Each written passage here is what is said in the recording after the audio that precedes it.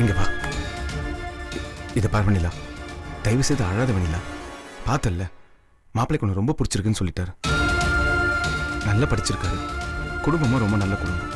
நம்ம தேடி கண்டுபிடிச்சாலும் இப்படி ஒரு சம்மந்தம் கிடைக்காது வெண்ணிலா. நீ என்ன சொல்ற?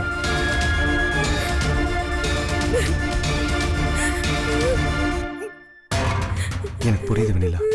உனக்கு இப்போ முடிவெடுக்கிறதுக்கு கொஞ்சம் குழப்பமாக தான் இருக்கும். நல்லா யோசிச்சு நிதானமாக ஒரு முடிவெடு. ஆனால் உன் முடிவு ஒரு நல்ல முடிவாக இருக்கும். அப்போ தான் எனக்கும் நிம்மதியாக இருக்கும்.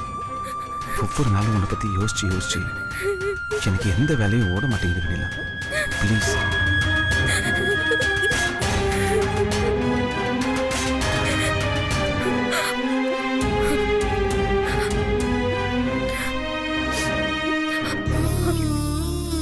என்ன வெண்ணிலா, ஓகேவா?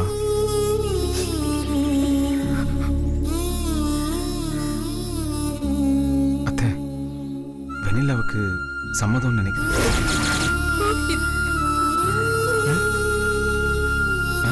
நான் சொன்னா கேப்பல்லன்னு சொல்லி என்ன முட்டாளாக்கிட்டே மாமா. எனக்கு இந்த கல்யாணமே பிடிக்காதுன்னு தெரிஞ்சும் எப்படி மாமா அவர் எனக்கு பிடிச்சிருக்கான்னு சபையில கேட்டேன்.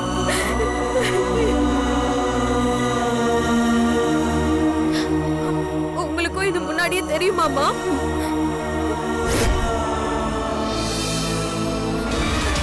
யாரடி உனக்கு கட்டினா? பைத்திய மாதிரி ஒரு நூலை கட்டிட்டு இத தாளிக்கிற.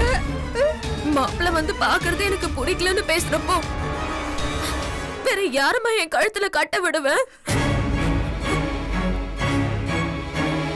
நானே தான் கட்டிக்கிட்டேன். எதுக்காக வெண்ணிலா இப்படி செஞ்ச?